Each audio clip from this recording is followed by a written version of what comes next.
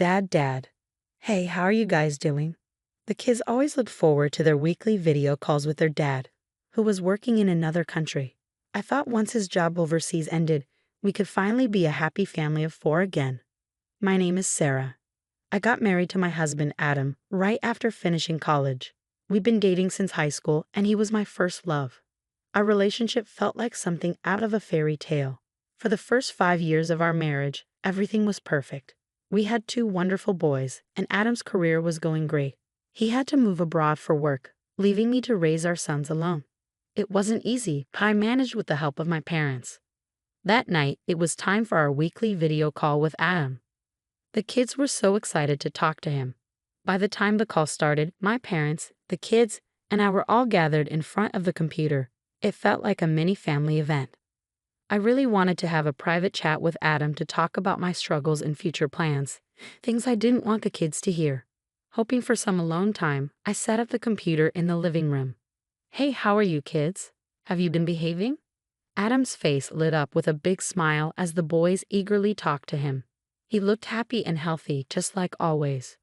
The boys were bubbling with excitement, telling him everything about their week and asking when he would come home. My parents watched, smiling at the lively conversation. It felt like life was going smoothly and we were a happy family. After a while, the kids started getting sleepy, which worked out perfectly. With the time difference, it was late for them, but they had taken naps earlier so they could stay up for the call. Who's putting the kids to bed? You two can talk alone for a bit, my parents said as they took the boys upstairs. I was so grateful for their kindness. It meant a lot. Adam and I spent the next half hour talking about the kids and our future. Lucas swam 25 yards on his own the other day. He's been so excited about swimming lately, and Noah's been doing great in school. His teacher even praised him. I'm really proud of them, I told him. I've been thinking a lot lately, I added. Thanks to your job, we're doing well, but the boys are growing up so fast. I wish they could spend more time with you during these important years. I know it's not easy though. I get it, Adam said. But this project is really important for my career. Once it's done, things will be easier, and I'll have more time for all of you. Let's hang in there for the kids. He reassured me, and we kept chatting for a while. I told him funny stories about my friends and asked about his day, but soon I was too tired to keep going. My parents came back downstairs after putting the kids to bed, and they looked just as sleepy as I felt. I'm sorry, I'm so exhausted, I told Adam. I've got an early morning tomorrow, so I'm heading to bed. I thought I ended the call, but I was so sleepy that I only turned off the camera and speaker. The call was still connected, though I didn't realize it. To Adam, it must have looked like I'd hung up. Feeling content after spending some quality time with Adam, I said, thank you both for putting the kids to bed. Let's all get some rest too. Good night. As I was about to get up from my chair, I heard Adam's cheerful voice speaking to someone. All right, family call done. Hey, you can come over now. Wait, what? Was the call still on? It seemed like someone was coming to his place. Earlier, Adam had mentioned he needed to visit the project site for an inspection, so I assumed it might be a coworker. But his tone, so sweet and overly excited, made me uneasy. The sleepiness I felt earlier disappeared instantly. I told myself it was probably just a work colleague. Maybe I was worrying for no reason. Still, I decided to hit the record button on the screen, just in case. Adam left the room to take a shower, leaving the bed visible on the screen. My parents, who were still sitting nearby, looked uneasy too. He can't hear us now, can he? My mom asked in a hushed voice. No, the camera and microphone are off, I replied. My dad frowned and said it wasn't right to snoop. He reminded me that I should have ended the call properly. Just a little longer, until he leaves for work, I insisted. I just want to see how he gets ready. Reluctantly, my parents stayed with me as we watched the screen. About 15 minutes later, we'd heard the doorbell ring. Hold on, I'm coming, Adam's cheerful voice called out. I tried to convince myself there was nothing unusual about it. Taking a shower before work and having someone pick him up sounded normal. But something about his upbeat tone still felt off. We saw him come out of the bathroom, wearing a bathrobe, and walk across the bedroom. Oh no, this is bad, I thought. Maybe his clothes are in the bedroom, my mom suggested nervously. That's why he's in a bathrobe. Then we heard a woman's voice in the background. Moments later, a young woman, probably in her 20s, appeared on the screen. She walked into the room and wrapped her arm around Adam's waist. It felt like my whole world shattered in that instant. I couldn't believe what I was seeing. "This is it, isn't it?"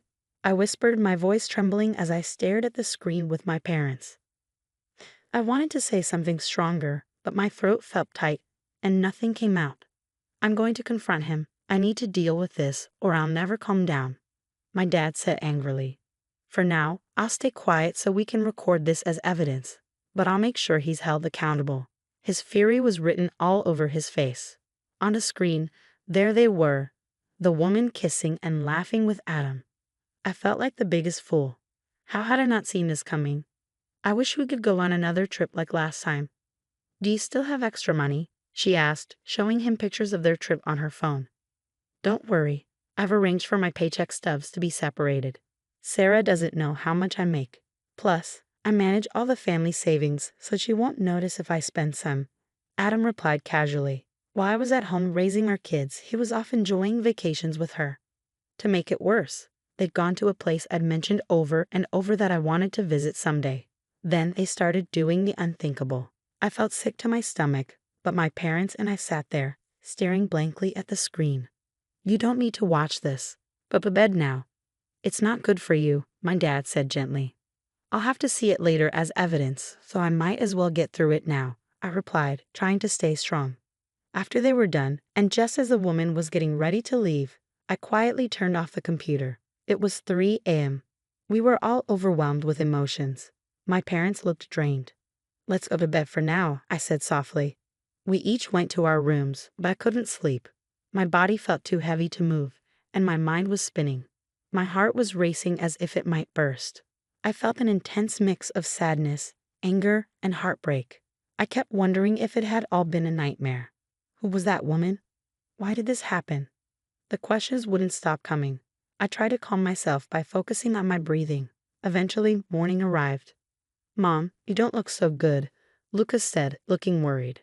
"Sorry, I was up late talking to your dad. I didn't get much sleep," I lied. "Nana and I will drop the kids off today," my dad said, stepping in for me. "Feel better, Mom. See you later." Their sweet and innocent words nearly brought me to tears. I held them back and smiled as I sent them off. I knew I needed rest. My mind was a mess, and I couldn't think clearly. After drinking some water, I went back to bed. Adam was supposed to come home in 2 months. I told myself I had to be ready before then to protect my kids and plan for what was coming. With that thought, I fell into a deep sleep. I must have been more tired than I realized because I slept until the kids came back. "Mom, wake up. Grandpa got us pizza for dinner. Come on," Lucas said, shaking me awake. I dragged myself to the dining room. "Are you feeling better, Mom?" Noah asked, his eyes full of concern. "Yes, I'm feeling much better now that I see you two. Did you have fun today?" I asked, tickling them as I tried to stay cheerful. "Stop it, that tickles," they giggled, their laughter filling the room. Seeing them happy seemed to ease my parents' worry as well. "You can't face a battle on an empty stomach," my dad said as he handed me a slice of pizza. As I ate, I began planning my next steps. First, I needed to figure out who the woman was. Then, I'd find an attorney and start working on the legal side of things, custody, alimony, and everything else. It felt overwhelming, but I knew this was the only way forward. I didn't want to spread rumors by talking to my friends. Thankfully, as a stay-at-home mom, I had time during the day. After dinner, I put the kids to bed and called my parents into the living room. About yesterday, there's no point in dwelling on it. If I didn't have the kids, I might have put it off. But thinking about them makes me focus. "I need your help," I said. Without hesitation, my dad replied, "Of course." "While you were sleeping, I called a lawyer I know. He helped one of my friends who was cheated on by his wife." He said it proudly. I was thankful, though I didn't think it was something to be proud of. I turned to my mom. "I'll help you however I can. I trusted Adam so much, but he betrayed us. I won't feel right if I don't do something about this," she said with determination. I wasn't sure what she was planning, but she seemed oddly calm about the situation. "I made an appointment with a lawyer for this weekend. Can you be there?" My dad asked. "Don't worry, I'll watch the kids," my mom said. The next day, we started working on a plan. We had 2 months before Adam came back. We wanted to settle everything before then. First, I checked all the social media platforms. It didn't take long to find out about his mistress. She worked at the same company as him and was a secretary at one of the overseas branches. I went to his company and explained everything to his boss, asking for help. At first, his boss was confused, but when I showed him the video of the affair, he put his hands on his head. "I'm so sorry. I'll talk to my supervisor and take the necessary steps," he promised. Next, I talked to the lawyer about filing for divorce, alimony, and all the legal steps. The video evidence of his infidelity was enough on its own, and I also had copies of bank statements and the mistress's contact information. "It's almost all set, so don't worry," the lawyer reassured me. Of course, I had to tell Adam's family. At first, they denied it, saying I was just making it up to get alimony.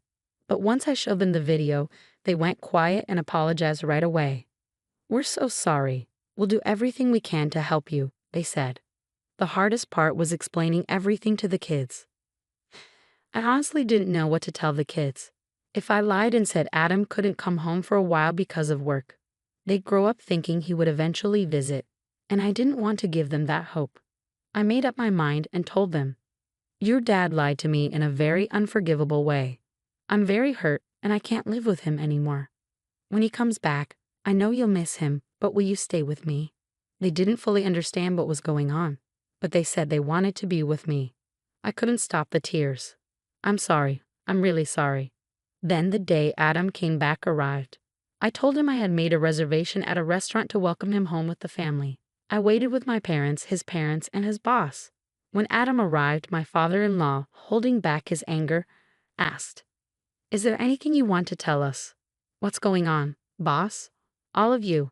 What is this?" he asked, confused by the situation. "There's no point in hiding it anymore. All I need is your signature." I slammed the divorce papers, the alimony charges, and a letter from his company on the table. He was stunned, frozen in place, while my in-laws began yelling at him. I told him to speak to my lawyer and left the restaurant with my parents. After that, his messages flooded in. "I want to start over with you. I was wrong. I love you with all my heart. Please forgive me." I told him to go through my lawyer and blocked him. He tried to get close by showing up in front of my house a few times, and he even tried to talk to my parents in a strange, friendly way. He reached out to mutual acquaintances to get to me, but I ignored him. When he showed up at my house, I called the police, and my parents completely shut him out. I told my friends everything and made sure people knew the truth. Left with no support, he became desperate. Later, I heard that when I called the police, he got out of control. He was charged with assault and battery and added to the National Criminal Database. At the court hearing, he asked to see the kids at least once a month. When I asked, "Does he really think he has the right to see them?" he went quiet. He did have the right to see them, but only if they asked, and I would be present during the visit for a limited time. Since his return, Adam had been having a rough time. He lost his family, was cut off by his parents, and eventually got laid off from his job. Now he was struggling to pay alimony while working part-time jobs. The salary Adam lied about and the savings he wasted ended up working against him, forcing him to cover a large portion of the alimony. He also broke up with his mistress.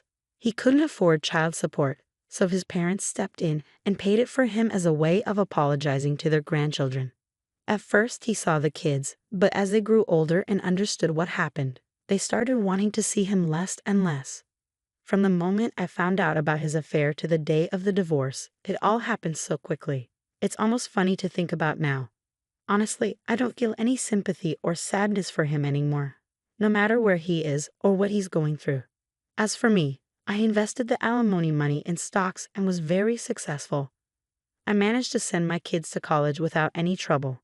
Now that they're independent, I bought a small house in the countryside and enjoy a peaceful life on my own. What I love most now is spending time with my adorable grandchildren.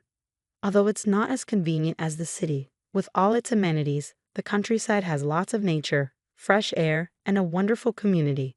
I don't have many reasons to visit the city, so I'm very happy here. I'm surrounded by a loving family. My sons bring their families to visit me during summer vacations. Every day, I remind myself that I'll never take this happiness for granted.